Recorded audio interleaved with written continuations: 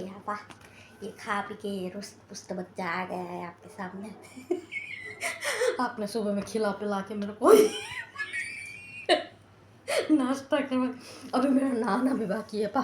तो मैंने सोचा कि पहले है ना आपको ये एक छोटा सा वीडियो बना के मैं भेज दूँ, उसको अगर ठीक लगेगा तो फिर वापस वहाँ पे ब्लॉग पे मैं दोपहर में डाल दूँगी। कुछ है आज सुबह का भी कुछ थियरी वगैरह कुछ है, पर वो मैंने कल आपको रात को बोला था ना पाप कि ये आपने तो बोला वो कि that is the difference between a man and a guy एरोगन्स।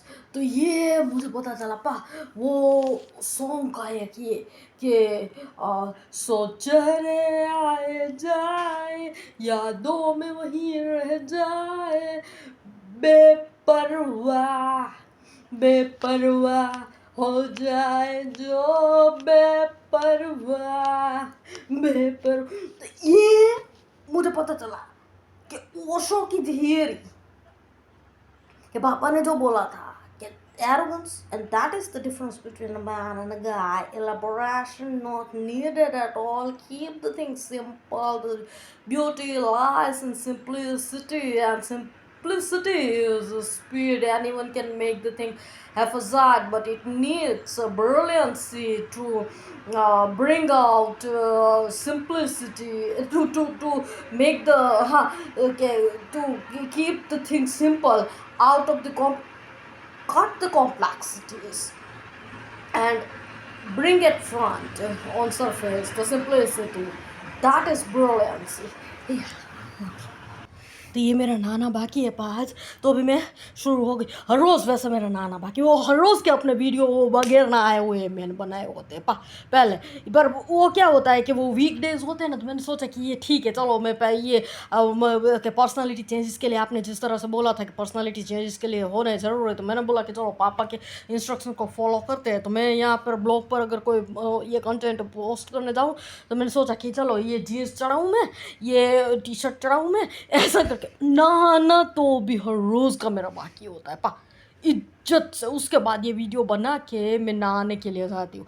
आज ये संडे है तो संडे के मूड में बोलो मेरे को कुछ है ना कुछ तैयार कुछ मतलब ये कपड़े भी नहीं चढ़ाने हैं यार, दूसरे वाले टी शर्ट या जीन्स कुछ भी, ये बैठ जाती हूँ मैं यहाँ पे और पहले है ना ये बना के फिर बाद में है ना नहाना आराम से जाती हूँ करके।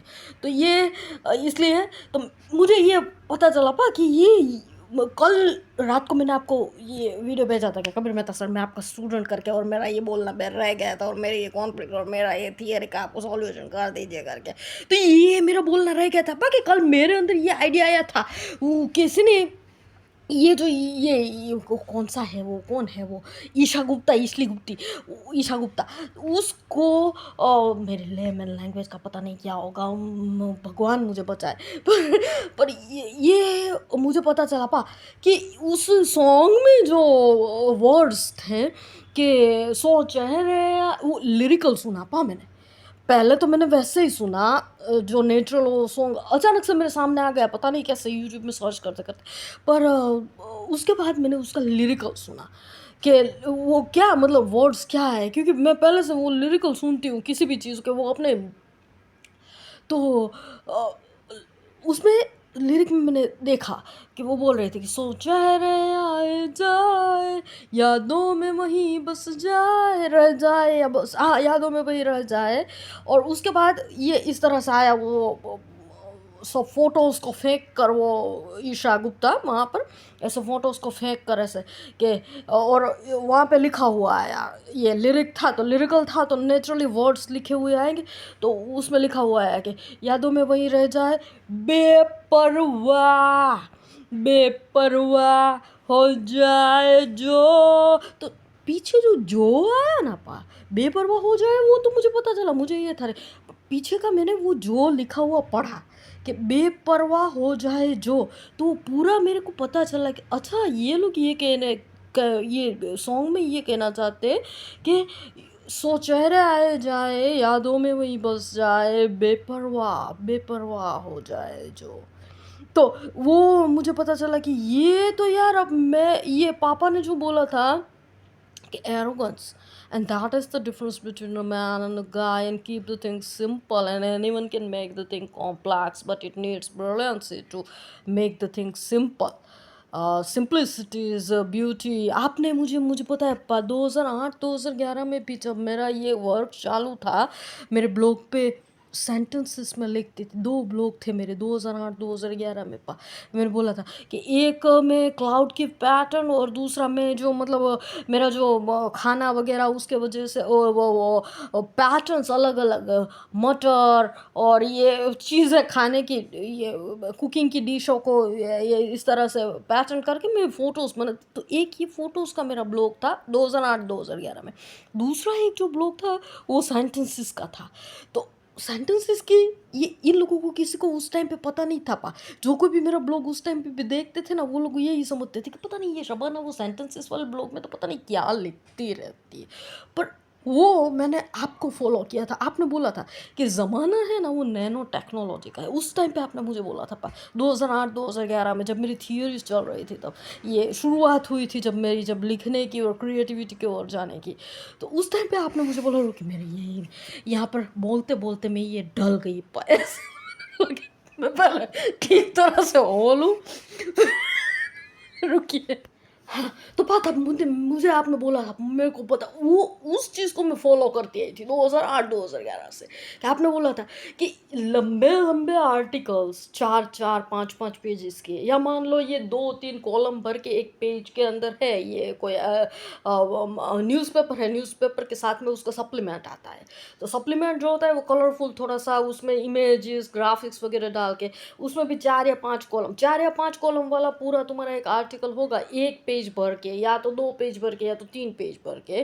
तो उसके वो तुम्हें याद रहेगा कि उस आर्टिकल के नीचे लास्ट में कोई ये इस तरह से लिखता है कि इलायची, या कुछ इस तरह से लिखता है कि शॉर्ट एंड स्वीट, उसका ये जो कुछ भी सेंटेंस, कुछ कोट लास्ट में वो.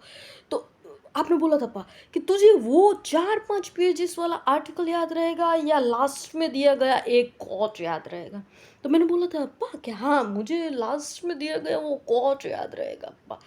तो तब आपने मुझे बोला था जब ये दिव्य भास्कर में भी मेरा आर्टिकल लिखना शुरू था, मैंने नया शुरू किया था, तब आपने बोला था कि कीप द थिंग सिंपल, जितना हो सके उतना शॉर्ट स्वीट आर्टिकल बनाओ कि उसके अंदर तुम इंसानों के पास टाइम नहीं है. ये जो है वो डिजिटल टेक्नोलॉजी है, कोई 16वीं सदी नहीं है कि वहाँ पर वो बैल और उसका वो खेती करने जाएंगे.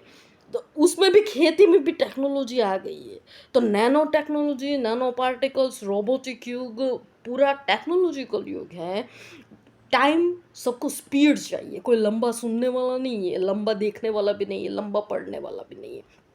तो आपने बोला था कि लंबी एलेबोरेशन कोई भी इंसान कर सकता है, पर लंबा आर्टिकल हो उसमें से अगर एक लाइन में तुम उसका सारांश जो बोल दो, तो that is called the speed of mind and that is called beauty. तो उस टाइम पे मेरा ये ब्लॉग चल रहा था. तो उस आपके वो इंस्ट्रक्शन को फॉलो करके मैंने वो ब्लॉग बनाया तो हुआ था. तो ये मैंने डाला ये कि सोचा रह जाए यादों में वही रह जाए, बेपरवाह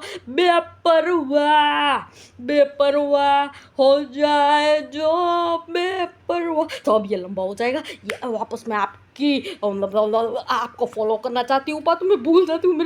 ये पिछले 2 वीडियोस में पता नहीं मैंने क्या 12-15 मिनट बोल के ये विवेचन विस्तरण करके अब ये 9 मिनट का हो. मेरा प्रॉब्लम ये है मैं जब भी यहाँ पर आपके साथ बात करने के लिए मैं ये बनाती इलेबोरेशन नहीं है मेरा आपके साथ बात करने में पता नहीं मेरा कितना टाइम चला मेरे को पता ही नहीं चलता है. पता नहीं मैं लंबा कि मैं पापा के साथ बात करें, खुश हो.